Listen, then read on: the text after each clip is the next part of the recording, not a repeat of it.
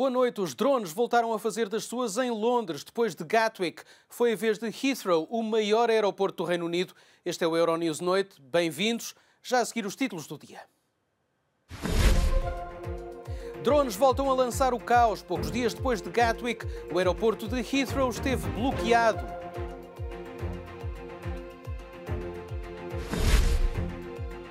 Segundo dia do julgamento do cardeal Barbarin, em Lyon, falámos com um jornalista que conhece bem as histórias de pedofilia no seio da Igreja. A neve na Europa Central já matou pelo menos 6 pessoas em avalanches.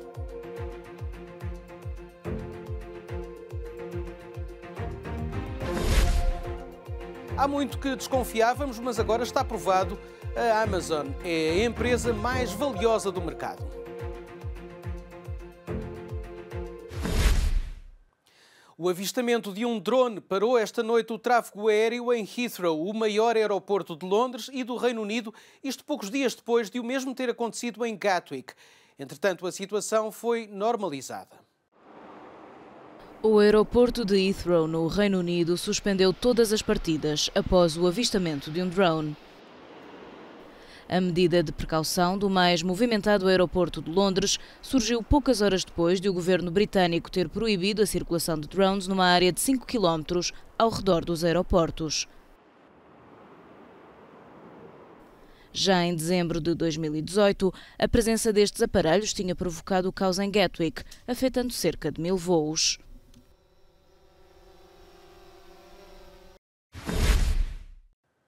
Este caso acontece no dia em que o governo britânico anuncia nova legislação para impedir os drones de se aproximarem dos aeroportos e pôr em risco a segurança dos aviões. A polícia do Reino Unido vai ter novos poderes para combater a utilização ilegal de drones. Uma medida que vai no seguimento do caos que paralisou o segundo aeroporto mais movimentado do país. A zona de exclusão vai ser alargada para a atual zona de tráfego aéreo à volta dos aeroportos, que representa aproximadamente um raio de 5 km, com extensões adicionais nas extremidades das pistas. Colocar em risco a segurança de um avião é um crime que pode levar a uma pena de até 5 anos de prisão. As alterações foram anunciadas no Parlamento pelo Ministro dos Transportes para evitar situações como a que aconteceu no aeroporto de Gatwick. Os drones levaram ao cancelamento de ligações, com 140 mil passageiros afetados. O número de incidentes relacionados com drones aumentou nos últimos anos. O ano passado registrou mais de 100 casos.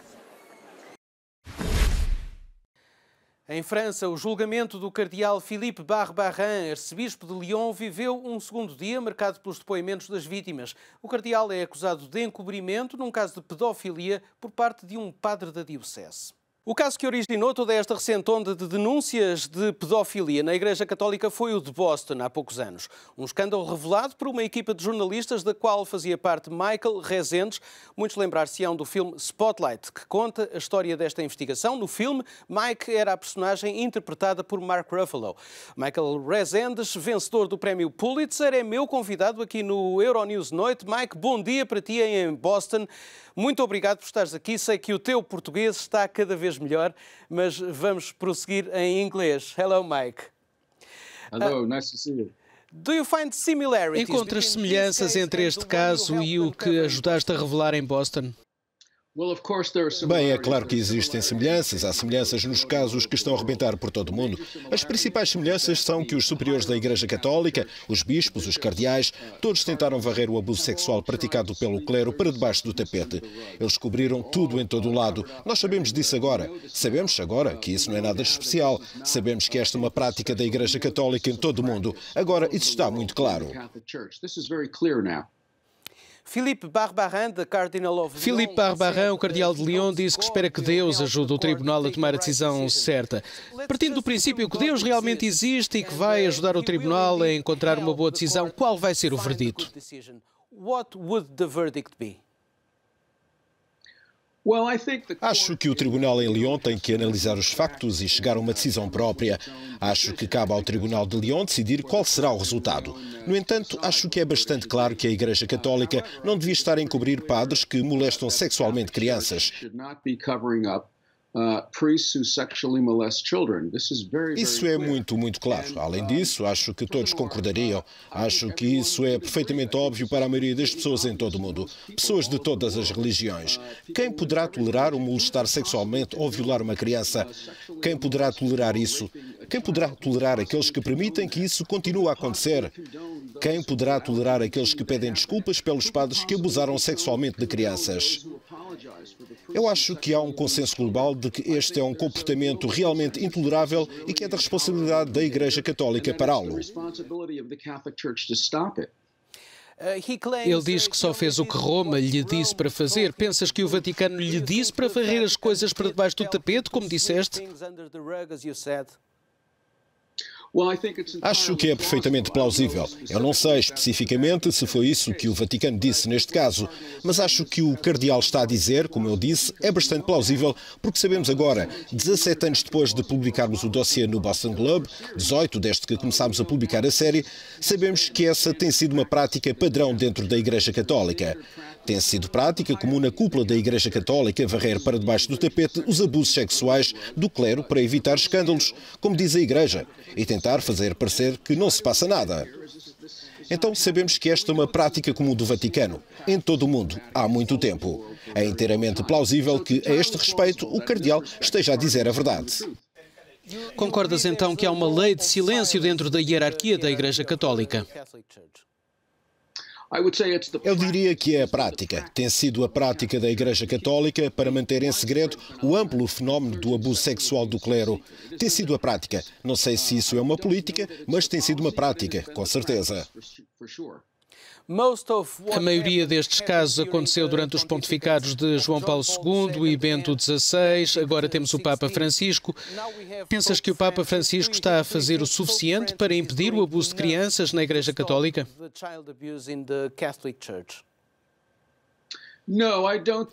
Não acho que o Papa Francisco tenha feito o suficiente nesta questão.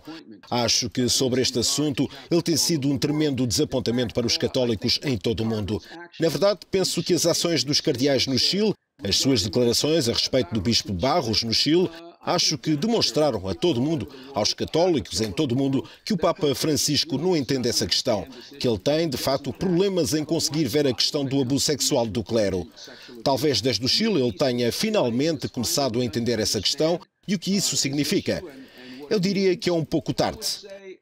Mais vale tarde do que nunca, certamente, mas a evidência do encobrimento global do abuso sexual no clero tem sido muito óbvia ao longo de todo o seu pontificado. Throughout his entire pontificate. Michael, thank you very much for being with us today. It's my pleasure. It's nice to be here. Thank you. Alemanha, Áustria e Suíça são 3 países que sofreram fortes quedas de neve nos últimos dias. A neve está a causar avalanches e o balanço é mortífero. Para já contam-se 6 mortos. As fortes tempestades que atingiram o sul da Alemanha, Áustria e Suíça nos últimos dias provocaram a morte de esquiadores e o caos generalizado. Pelo menos 6 pessoas morreram nos Alpes devido a avalanches. As equipas de resgate continuam à procura de várias pessoas desaparecidas em diferentes zonas. O alerta de risco de avalanche está também em vigor em todo o Tirol austríaco e em grande parte dos Alpes da Baviera, que é uma das regiões mais afetadas. As autoridades do sul da Alemanha declararam estado de emergência na segunda-feira, emitiram alertas de queda intensa de neve nos próximos dias e recomendam que os turistas não façam esqui fora da pista. Por precaução, estradas da região foram bloqueadas e escolas encerradas. As tempestades deixaram uma camada de neve que chega aos 2 metros em algumas zonas.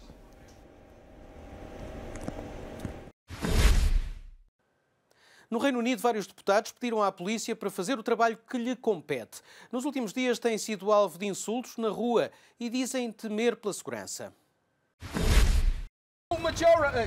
O caminho para o trabalho está cada vez mais difícil em Westminster. Quem o diz é o líder do Parlamento britânico, que denuncia o assédio e abuso verbal dos quais vários deputados têm sido objeto. Anna Soubry, conservadora anti-Brexit, é o mais recente alvo. Em plena entrevista a um canal de televisão, foi abordada por opositores às ideias que defende. e o clima de tensão é crescente. Oponho-me a ser chamada de nazi. Peço desculpa, mas acho isto incrível. Foi isto que aconteceu ao nosso país. Foi isto que aconteceu ao nosso país. O elevado número de ofensas à porta do Palácio de Westminster levou mais de 60 parlamentares a assinarem uma carta dirigida ao chefe da polícia londrina. No documento, invocam a deterioração da ordem e segurança públicas pela mão de membros da extrema-direita para apelar a um reforço policial e ao impedimento de atos potencialmente criminais. Em resposta à carta, as autoridades dizem estar a investigar se foram cometidos crimes. Em clima de incerteza quanto ao Brexit, deputados contra e a favor lembram o homicídio da deputada Jo Cox e lamentam sentirem-se inseguros.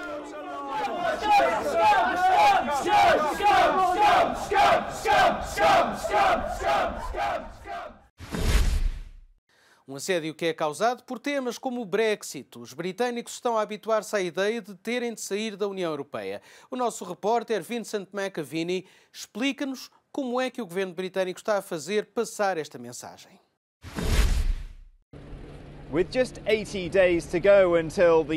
A apenas 80 dias da saída do Reino Unido da União Europeia, o governo britânico começou a transmitir anúncios na televisão, rádio e nas redes sociais, aconselhando os cidadãos do Reino Unido e os cidadãos da União Europeia sobre aquilo que têm de fazer para se prepararem para o dia 29 de março.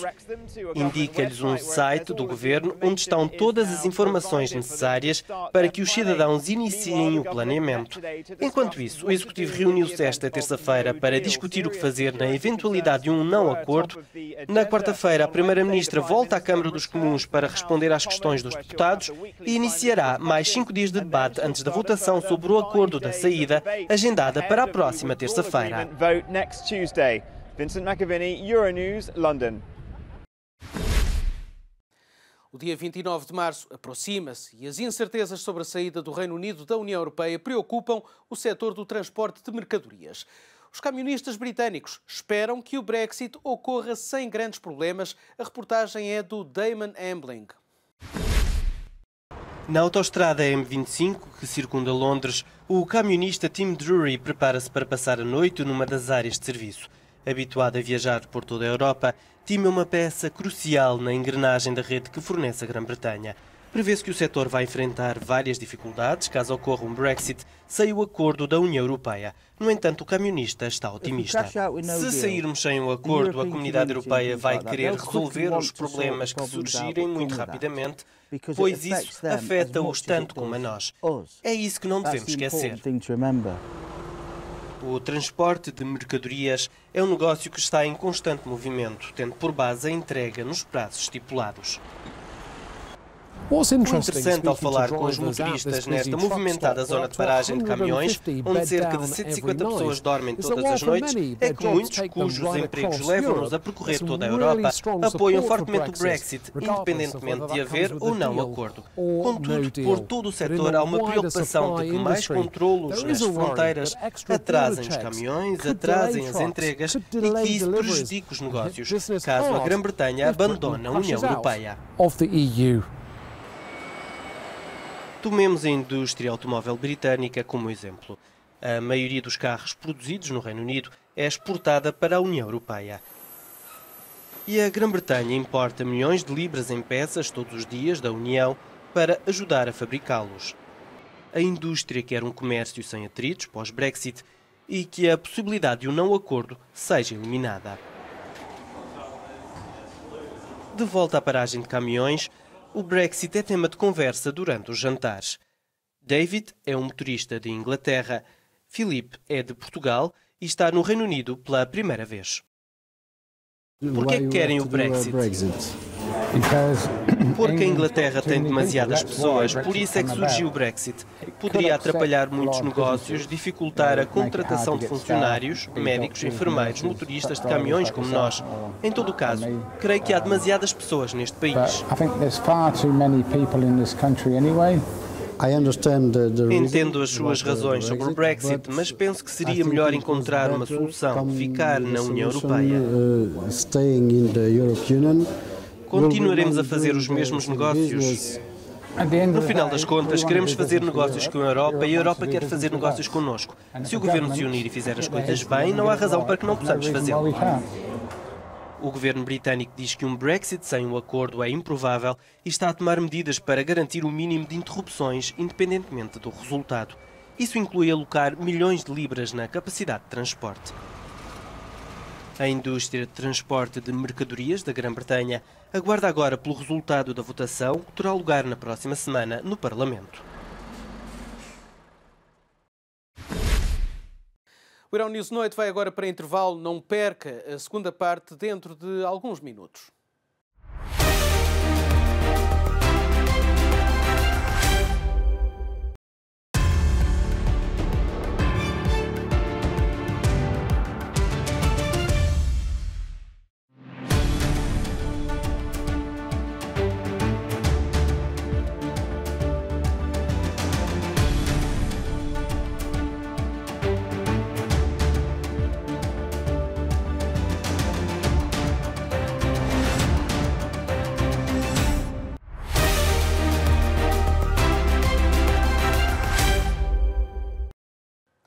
Segunda parte do Euronews Noite. O líder da Coreia do Norte, Kim Jong-un, está de visita à China, aquele que é historicamente o principal parceiro do país.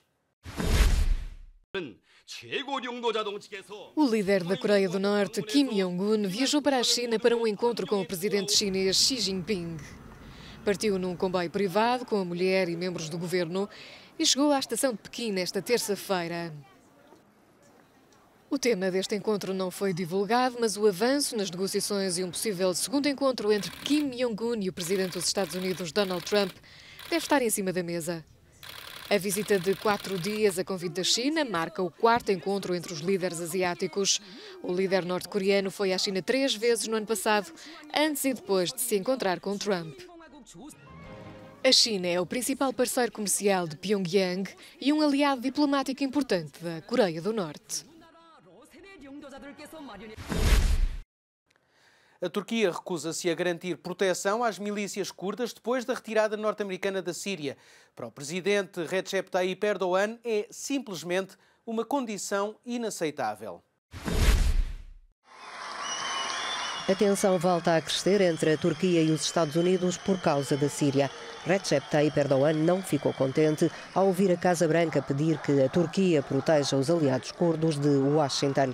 O presidente turco disse no Parlamento que John Bolton cometeu um sério erro ao falar desta questão e afirmou que esta imposição é não só inaceitável, como também impossível de digerir. O conselheiro para a Segurança Nacional de Donald Trump tinha dito no domingo, durante uma deslocação a Israel, que a retirada das tropas americanas da Síria estaria condicionada às garantias de Ankara sobre a segurança dos curdos. Trump já tentou pôr água na fervura através do Twitter, afirmando que os Estados Unidos partirão quando for adequado e até lá continuarão a luta contra o Estado Islâmico. As forças americanas lutam ao lado da milícia curda, Unidade de Proteção do Povo, contra o Estado Islâmico, mas para Ankara estes combatentes pertencem a uma organização terrorista que atenta contra a nação turca. O vice-presidente do Irão lançou críticas à União Europeia por não se distanciar suficientemente da posição dos Estados Unidos. Foram críticas lançadas numa entrevista exclusiva à Euronews. Irão critica a União Europeia por não fazer o suficiente no acordo nuclear e considera que a Europa não é suficientemente forte frente aos Estados Unidos da América. Críticas feitas pelo primeiro vice-presidente do governo iraniano numa entrevista exclusiva à Euronews. Acho que desde a Segunda Guerra Mundial este é um teste crucial para a União Europeia. Pode a UE tomar decisões independentes do governo dos Estados Unidos, em particular quando uma administração como a de Trump está no poder. Podem defender os seus interesses e os seus compromissos internacionais. De facto, não vimos nenhum desempenho efetivo da UE.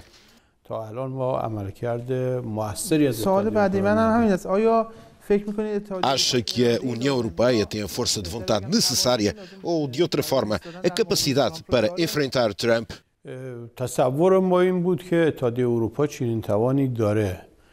Nós assumimos que a UE tinha essa capacidade, teoricamente e em termos de abordagens, até agora esteve bem.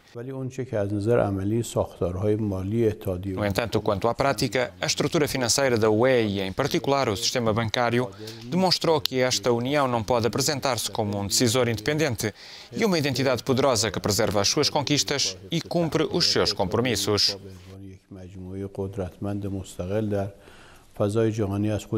O futuro das relações entre Irão e União Europeia, o movimento dos coletes amarelos em França e a similitude com movimentos de trabalhadores no Irão e o papel do Irão na Síria são alguns dos temas abordados na entrevista ao primeiro vice-presidente do governo iraniano, que pode ver na íntegra em Global Conversation na Euronews. Uma entrevista que vamos poder ver no programa Global Conversation. No Brasil, Jair Bolsonaro dá o dito por não dito. Afinal, parece que já não vai haver base militar dos Estados Unidos em território brasileiro. Afinal, já não vai haver uma base militar norte-americana no Brasil. Segundo o jornal Folha de São Paulo, o presidente Jair Bolsonaro desistiu da ideia depois desta ter sido muito mal recebida por parte das chefias militares. Oficiais generais confirmaram ao diário que receberam o recado através do Ministro da Defesa, o general Fernando Azevedo e Silva. A hipótese tinha sido avançada por Bolsonaro na semana passada numa entrevista televisiva e reafirmada pelo Ministro das Relações Exteriores, Ernesto Araújo. A possibilidade da criação de uma base americana no país tinha sido também elogiada pelo secretário de Estado norte-americano Mike Pompeo, que esteve em Brasília na tomada de posse do novo presidente. Os Estados Unidos têm mais de 800 bases militares espalhadas por cerca de 80 países, mas nenhuma ativa na América do Sul. A União Europeia defende a realização de novas eleições presidenciais na Venezuela e não reconhece o novo mandato de Nicolás Maduro. O presidente venezuelano presta juramento esta quinta-feira. O país enfrenta uma profunda crise política e económica. Mais de 2 milhões de pessoas abandonaram a Venezuela só nos últimos 4 anos. A União Europeia reiterou esta terça-feira o apelo para que se realizem novas eleições presidenciais na Venezuela. A porta-voz da Comissão para a Política Externa, Maja Kokciancic, sublinhou que o último escrutínio que reconduziu Nicolás Maduro na presidência não foi livre nem credível. Na quinta-feira, Maduro presta juramento para um novo mandato à frente do país perante o Supremo Tribunal de Justiça e não perante a Assembleia Nacional. O Parlamento venezuelano, assim como grande parte da comunidade internacional, não reconhece legitimidade ao líder chavista. A Venezuela enfrenta há vários anos uma profunda crise política e económica, agravada por sanções impostas em especial pelos Estados Unidos da América e pela União Europeia. Uma inflação galopante e a falta de mantimentos levam os venezuelanos ao desespero. Antes fizesse um bom plano de poupança, seria suficiente para qualquer coisa e agora não. Só posso comprar 5 ou 6 produtos no máximo e nada mais. Temos de esquecer os sapatos, esquecer as camisas, esquecer a roupa interior, esquecer seja o que for. Não chega para praticamente nada.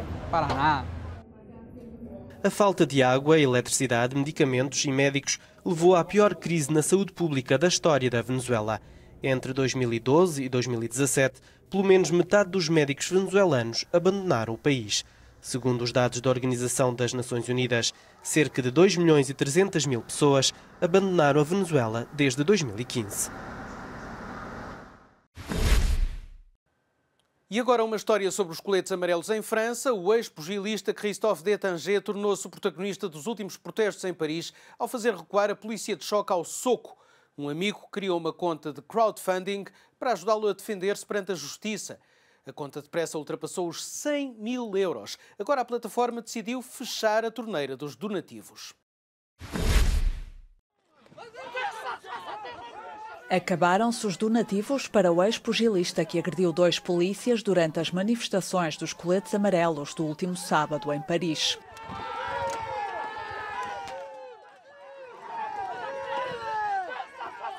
A plataforma de crowdfunding decidiu não aceitar mais donativos para ajudar Christophe Détinger, que se entregou na segunda-feira à polícia. Até terça-feira de manhã já tinham sido doados 117 mil euros. A ministra do Trabalho mostrou-se indignada com os donativos. Como é que eles podem dizer às crianças e aos jovens que a violência é um exemplo? Devemos dar dinheiro para a violência? Devo admitir que, como republicana, não posso entender nem aceitar isso. Entristece-me. Num vídeo divulgado segunda-feira, o ex-campeão de boxe tenta justificar as agressões aos elementos da polícia de choque, dizendo que a fúria se apoderou dele depois de ter sido atingido, juntamente com a mulher e um amigo, por gás lacrimogéneo. O denominado 8º ato dos coletes amarelos em França contou com 50 mil participantes, um número recorde de manifestantes. Ainda a propósito dos coletes amarelos, vai em crescendo a tensão diplomática entre Paris e Roma, desde que dois pesos pesados do governo italiano decidiram meter a foice em seara alheia. Matteo Salvini e Luigi Di Maio manifestaram apoio aos protestos. Paris não gostou.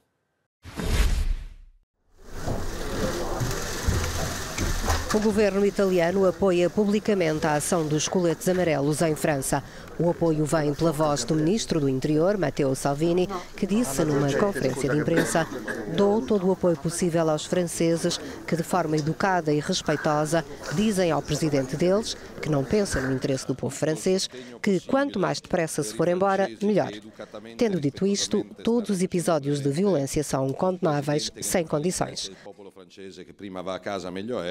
Però ogni episodio di violenza è da condannare senza se e senza ma. Trata-se de um ataque claro e direto ao chefe do Estado francês, que se junta ao do vice-primeiro-ministro Luigi Di Maio, do movimento 5 Estrelas. Di Maio escreve no Twitter: "Em França, como em Itália, a política tornou-se surda às necessidades dos cidadãos, que são mantidos à margem das decisões mais importantes que dizem respeito ao povo. O que se ouve alto e bom som nas praças de França é um verdadeiro grito. Participemos." Di Maio foi ainda mais longe ao propor a ajuda do seu movimento aos contestatários franceses para a organização das operações através da internet e para a elaboração do programa eleitoral.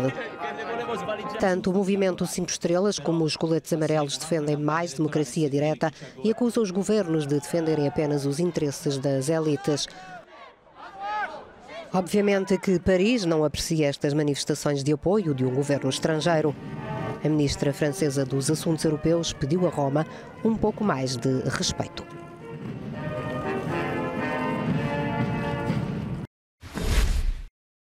Depois de 9 anos de expansão, o motor da economia europeia dá sinais de abrandamento. Esta terça-feira foi divulgado que a produção industrial da Alemanha aprofundou a queda que já se vinha a sentir nos meses anteriores, agravando as preocupações sobre a entrada em recessão técnica no último trimestre. Da Alemanha chega mais um sinal de abrandamento da principal economia europeia. Contra as expectativas, a produção industrial caiu em novembro pelo terceiro mês consecutivo, afetada por riscos externos.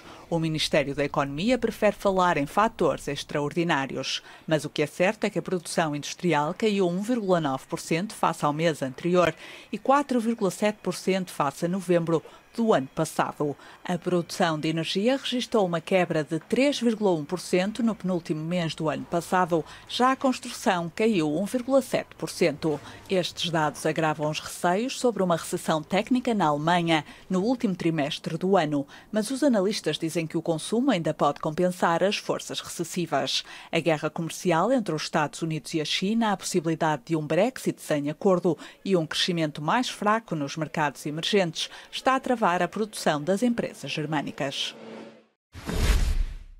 E a empresa mais valiosa do mundo é a Amazon. A gigante de vendas por internet ultrapassou a Microsoft e a Apple em termos de capitalização. A gigante do comércio online Amazon é agora a empresa privada mais valiosa do mundo. As ações do grupo liderado por Jeff Bezos valorizaram quase 13,5% na segunda-feira, fazendo aumentar o valor bolsista para os 797 mil milhões de dólares. A Amazon destrona assim a Microsoft, que com um valor de 783 mil milhões de dólares liderava o ranking das mais valiosas, depois de ter destronado a Apple no final de novembro. Até há 3 meses na liderança, a marca da maçã não vai além da 4ª posição, tendo recuado mais 10% na semana passada, ao reconhecer que as vendas do último trimestre de 2018 não cumpriram as expectativas. E assim vai o mundo. Obrigado por ter estado desse lado. A informação não para aqui na Euronews.